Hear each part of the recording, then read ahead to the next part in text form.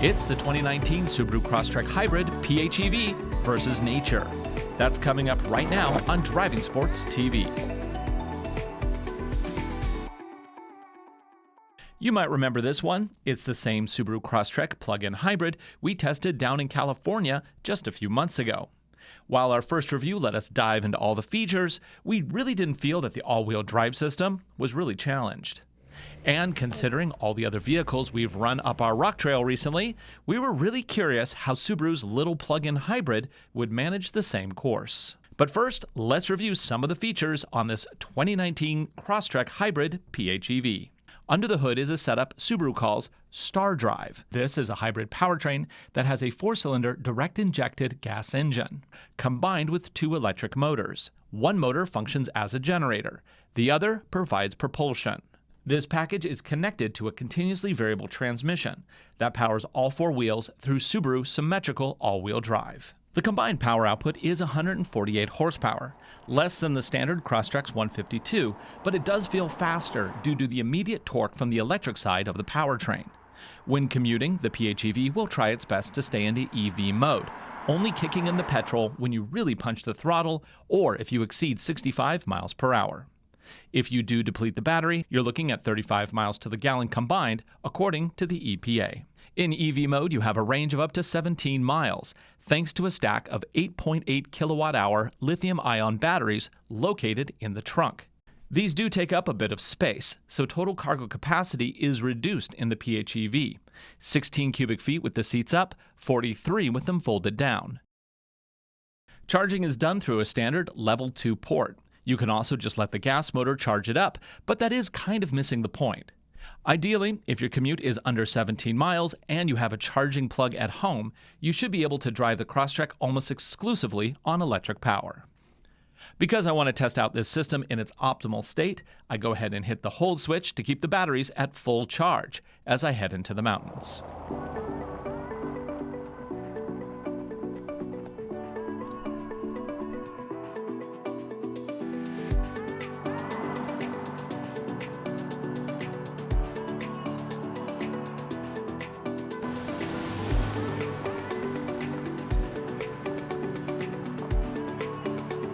So I'm going to go ahead and re-enable the electric drive, and I'm going to floor it around this S-curve, and let's see if this thing is any fun. And I have traction off, and throttle into the corner. Oh yeah, a little rotation. Nice. Little counter steer. Yes.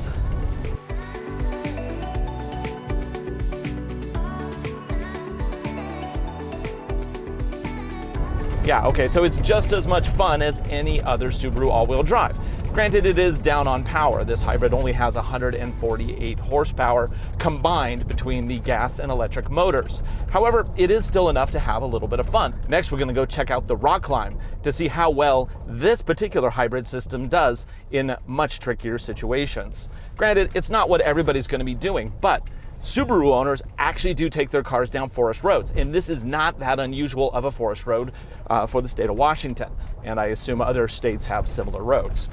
Now, the interesting thing about this setup is that they use a more traditional all-wheel drive layout. They have a gas motor up front, and it is coupled with an electric motor, and both of them together drive the all-wheel drive system. It's not like the RAV4 hybrid we took up here not too long ago that uses an electric motor exclusively for the rear wheels. And I think in these conditions, this setup should do a little better. So the conditions are dry today. It looks like it hasn't really rained in the probably last few days. So there's an underlying moisture, but the surface is all very dry. This particular version of the Crosstrek has 8.7 inches of ground clearance, which should be more than enough for this particular course. We'll see how it does. I think it's all going to come down to how well it distributes power, especially the side-to-side. We saw the RAV4 hybrid have a problem with that. Okay, now we have electric power engaged, turned on X mode, and we should be all set to go on this rock climb. Okay, first challenge. Oop, it's hit it. Oh man. Come on, you can do this. Power distributing, shifting. Ah, push through. Come on, you got this. You got this. I do like that this gauge cluster up here shows me the position of my wheels. Even the Toyota TRD Pro doesn't show you your wheel position, and that's really important when off-roading, because you get maximum capability when you're pointing straight, because that way power is all going this way. If you start spreading your power distribution, then you are less effective. Oh, that's pretty good right there. Okay. Now we're gonna get to the real deep stuff though. So this is where we should start lifting wheels, and it'll be interesting to see how the power distributes. Smell a tire. Okay, now this looks like it's gonna get a little tricky. I got that stump right in front of me, which I have to decide what I'm gonna do with it. I think I'm gonna go around it, but that's gonna lift up my rear tires weird.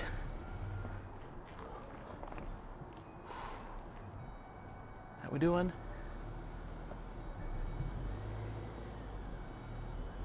Huh, nothing. Here, it just doesn't have enough power to effectively deadlift the vehicle over the obstacle. Keep in mind, with batteries and driver, this Crosstrek is nearly 4,000 pounds. That is a lot of mass to push up a 20% grade. Nope. Shove it. Oh, oh, oh, oh. Yeah, did it. Let's get a little air conditioning in here. It's a little warm. Okay, next stage. Now there's a big rut on the right, so I'm definitely gonna lift a wheel here. Oh yeah.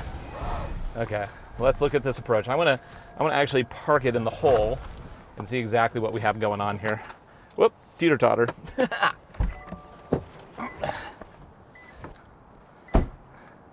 Yep. Definitely got a teeter-totter there. So we got that wheel completely off the ground.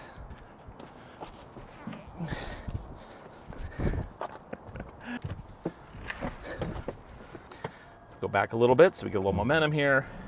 So we can shove through without punching our nose into the ground. Come on, you can do it, you can do it.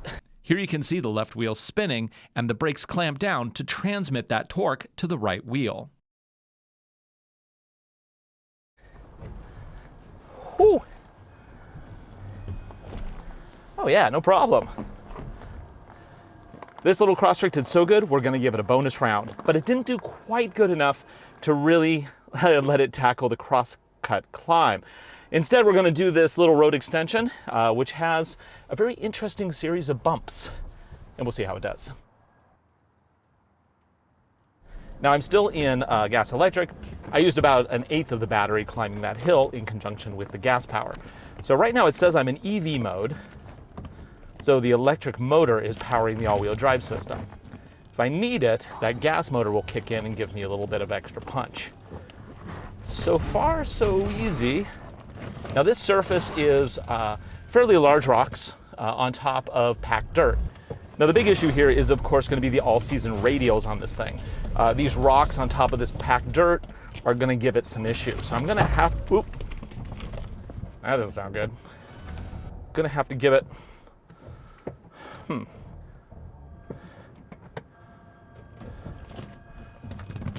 I'm going to have to give it a little bit of punch to get through some of this stuff. Come on!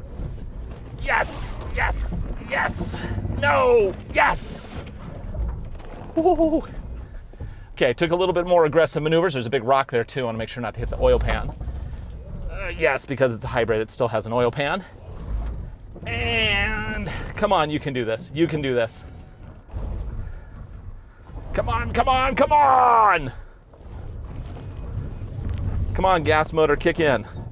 This thing really needs more aggressive tires for this type of stuff. This is an 13 degree. We're at 13 degrees right now. Come on. Oh, man. Whew. I refuse to acknowledge that this wasn't gonna make it. Oh, we're so close. This last bit is so steep. Oh. Okay, I'm gonna have to, I think, throw in the towel because I could get through this, probably with a bit of a charge. But honestly, do I really want to damage this vehicle? Come on! You got, what? What? It did it! Nice! So a neat little feature is this one also does have hill descent control. We'll go ahead and turn that on, lift my foot off the brake, and it basically just rolls me down. Now when you're dealing with rocks like this, it's still a good idea to keep your foot over the brake pedal, simply because you don't want to be doing this over large boulders. You want to have more slow, precise control than the automated system's going to have. Still, it is a nice feature, and I'm glad they included it on this one. For Driving Sports TV, I'm Ryan Douthit. Thanks for watching. Be sure to check out all our videos, and also make sure to check out our complete review of this, the 2019 Subaru Crosstrek PHEV. It finally brings electric capability to Subaru in a really fun little package. What do you think? Is electric off-roading the future? Did this Crosstrek do better or worse than you expected? Leave a comment below.